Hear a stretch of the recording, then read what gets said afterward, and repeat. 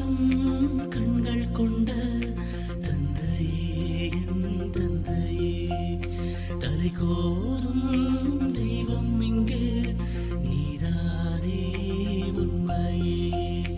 தாலாட்டும் கண்கள் கொண்ட தந்தையே என் தந்தையே, தலை கோரும் தெய்வம் இங்கு நீதானே உண்மையே.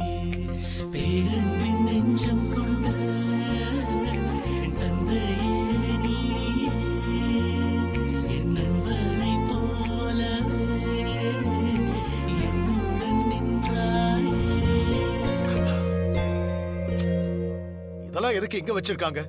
எடுத்துட்டு போக சொல்லு. என்னங்க, காஃபி சாப்பிடுங்க. காஃபி எடுத்துக்கங்க.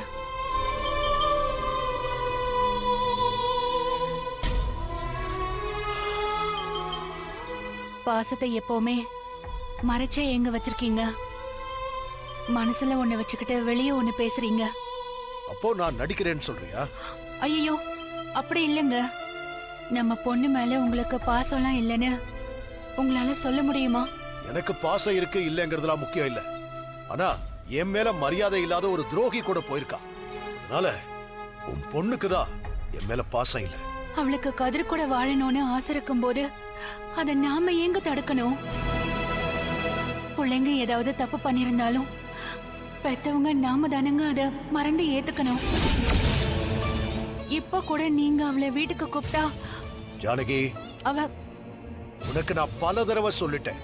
என்ன வேணான்னு தூக்கி போட்டுட்டு அவன் கூட போயிருக்கான். இருந்தும் அன்னைக்கு நான் அவளை வீட்டுக்கு வர சொன்னேன். ஆனா அவன் வந்தா அவன் கூட தான் வருவேன்னு சொல்லி என்னையே எதிர்த்து பேசுறான். அவன் தான் முக்கியம்னா அவன் கூடவே இருக்கட்டும். நான் இதுக்கு மேல எப்பவும் அவளை கூப்பிடவும் மாட்டேன். அவளே வந்தா வரட்டும், அதுவும் தனியா. அவனோட வரதா இருந்தா அதுவும் வேண்டாம். எனக்கு என்ன சொல்றதுன்னு தெரியலங்க. ஆனா கண்டிப்பா ஒரு நாள் உங்க மனசு மாறும்.